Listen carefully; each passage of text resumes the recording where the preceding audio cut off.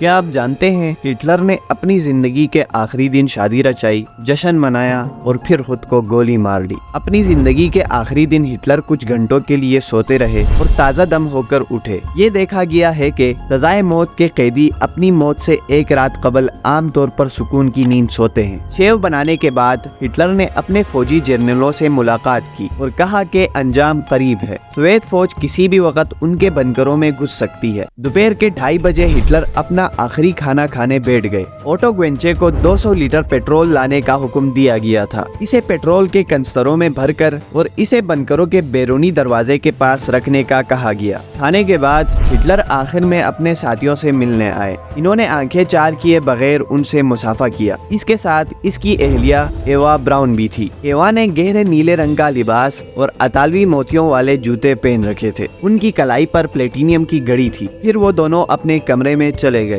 گرہارڈ boat اپنی کتاب ان shelter with Hitler میں لکھتے ہیں کہ ہٹلر کے باڈی گارڈ گونچے کا 6 فٹ 2 انچ دراز قد تھا اور وہ گوریلے کے مانند دکھتا تھا۔ گونچے جو دروازے کے باہر کھڑا تھا نہیں جانتا تھا کہ ہٹلر کب خود کو گولی مار سکتا ہے۔ اس نے بارود کی ایک ہلکی سی بو محسوس کی تھی۔ سب سرگوشیاں کر رہے تھے اور اسی کے ساتھ ہی ہٹلر کی ذاتی سیکرٹری فورمین نے ہٹلر کے کمرے کا دروازہ کھولنے کا اشارہ کیا۔ دیکھا گیا کہ ہٹلر کا سر میز پر تھا۔ اس کا رنگ زرد پڑ چکا تھا۔ ہو سکتا ہے کہ اس نے مرتے وقت اپنا ہاتھ بڑھایا ہو، جس سے اس کی طرف کا گلدان نیچے گر گیا اور ٹوٹ گیا تھا۔ ایوا براؤن صوفے پر گری پڑی تھی۔ اس نے گہرے نیلے اور سفید رنگ کا لباس پہن رکھا تھا۔ اس کے بعد ہٹلر کی لاش کو چادر میں لپیٹا گیا اور اسے ہنگامی دروازے سے لے کر چانسلر کے باغ تک لے جایا گیا۔ ایوا براؤن کی لاش کے ساتھ بھی یہی کیا گیا۔ ہٹلر کے سوانح نگار ایان گرشا لکھتے ہیں، اس منظر کو ہٹلر کے آخری دنوں کے تمام ساتھیوں نے بنکر کے دروازے کے ذریعے دیکھا تھا۔ جب ان کی لاش کو آگ لگا دی گئی تو سب نے اپنے ہاتھ اٹھائے اور ہیل ہٹلر کہا، یعنی ہٹلر زندہ باد کا نعرہ لگایا اور بنکر واپس لوٹ گئے۔ اس وقت تیز ہوا چل رہی تھی۔ جب آگ بھڑک اٹھی تو